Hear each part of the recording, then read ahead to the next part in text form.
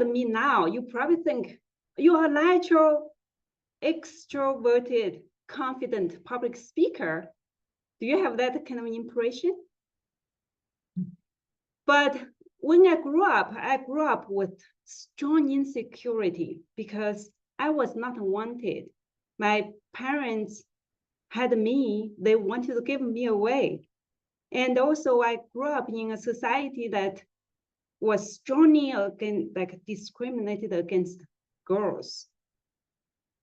So I wasn't valued. I grew up.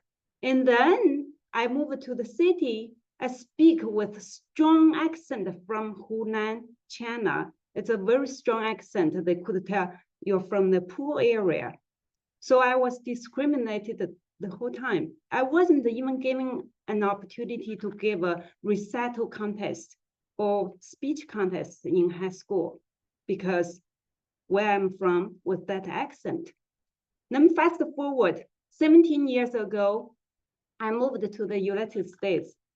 Oh gosh, I thought, come to a land of freedom. I have everything. I have my husband, but the language really put me to a paranoid state. All of a sudden, I couldn't communicate well. I couldn't even pick up a phone call without shaking because I was afraid. Either I couldn't understand the other side of the person or the other side of the person couldn't understand me. Have you had this kind of fear for the immigrants who came here? It traumatized me in some way. So the insecurity came towards me again. So I went back to school at Hop College from ESL class, English as a second language class. Then I also went to college here again, got my degree, and found my first job as an entry-level designer. And then quickly I moved to the manager position. However, this type of insecurity in me, because of the language, because of the gap, I always feel like I'm so low, and the people who speak the English as a native language is that high. Until 5 years ago, I sat in a classroom that was in the 245 in this building. I was working on something on the computer, and then a group of people came in. They said that's the Toastmasters class meeting room. So I was about to leave. Then they said, no, you can stay. You're always welcome, just like Michelle. Okay, welcome to stay and just observe what we do. Then I saw so many people who speak English as a second language. Their English wasn't perfect, but they were able to present and they were confident. That gave me great inspiration. I said, oh, why I couldn't do that? So I actually stayed for the meeting, and then I decided to join. I still remember that was also the last class of that semester. So I joined that joined our club on June 1st of 2019. And I also go back a few years ago, my daughter started having the teenage mood swing. I don't know if you guys have teenagers at home. Yeah, she couldn't bear me say anything. And whatever I say just didn't fit her mood. So one day I said, why you respect your dad more than respecting me? She said, because your English is not as good as dad's. To be honest, I was hurt, but she was just a teenager. She later explained that that's just a joke. She didn't know what to respond with. I trust her, maybe not her intention to hurt me or to disrespect me, but that statement really put me down a lot. At that time, I think it's like 3 or 4 years ago, I did join Toastmasters, but I have this tendency of quick fade enthusiasm. I join something, I do a little bit, and then I didn't attend the meeting regularly. And I also couldn't see my progress quickly. But because of this statement from my daughter, and also the pandemic hit, I had nowhere to go. So I started joining our Toastmasters meetings weekly. That actually allowed me to really get involved in Toastmasters. It's not just a group of people who speak English poorly to come together to meet and socialize to improve their English. In fact, after a little while, I found that it's a professional platform for us to learn to hone our skills. Then I started serving as the president of our club 3 years ago, started serving as the PR manager for our district, and then also our club's VP of education. Then now I'm still the current president of our club. Because of my involvement, because I'm willing to learn from everyone, and because I see the opportunities within that community from our club. So I just opened myself out to learn, to grow. And now in March, actually now I'm the project manager at an international company.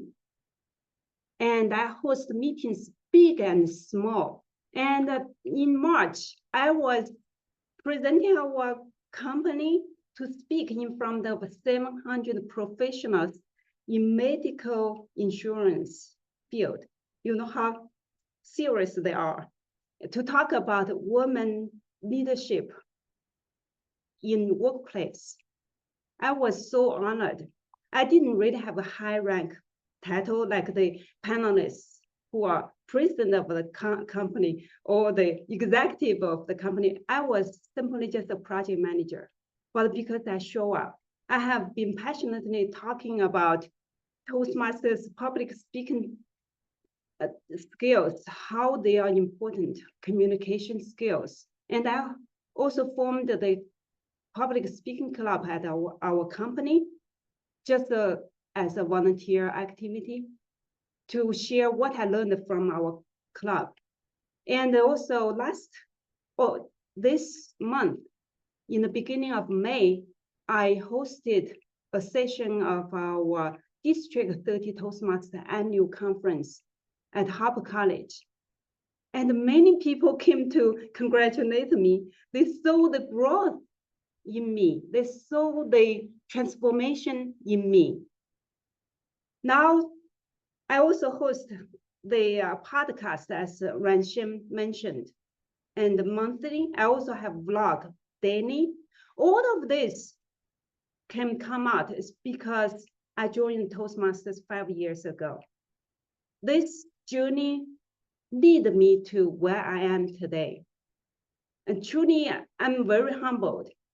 I didn't know actually such a small club can bring me so much growth, can bring me so many opportunities to meet excellent people like you guys, like people online, like many people today couldn't join.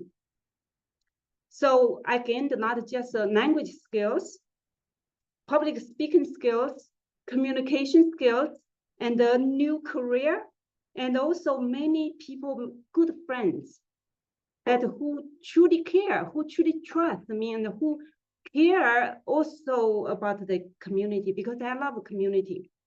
And I found this community is not just a place for us to learn, it's also a place to support me to reach my dreams.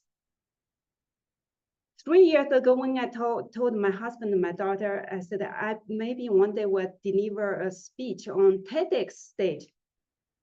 You know what they said? You may become an international embarrassment.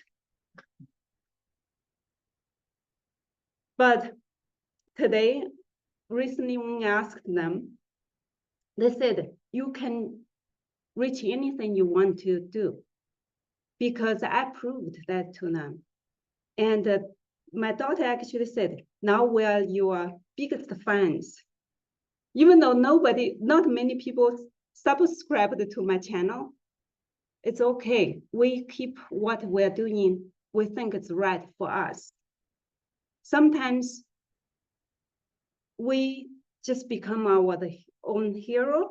Eventually, we will bring light to not just us, to the people around us. 2 weeks ago, my daughter, who is a teenager, she didn't want to participate in the speech contest in the Chinese school hosted. But I said, I have been doing that. I really see the opportunity you can learn from just from participation. I don't care about the result. Eventually, she participated. Even though she didn't win, I don't care. As a parent, I thought that's a win. That's my influence. That matters. So I hope everyone who is listening and following my path, I wish you great success, not just in Toastmasters, but also outside of Toastmasters. Here is simply just a base camp for us to soar, help us to grow and succeed and to dream bigger and just act on it. Thank you.